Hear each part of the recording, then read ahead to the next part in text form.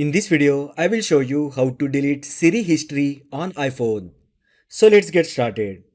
It's really easy to delete Siri history from your iPhone. First, open Settings app on your iPhone.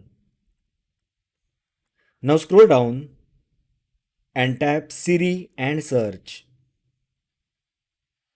On Siri and search screen, tap Siri and dictation history.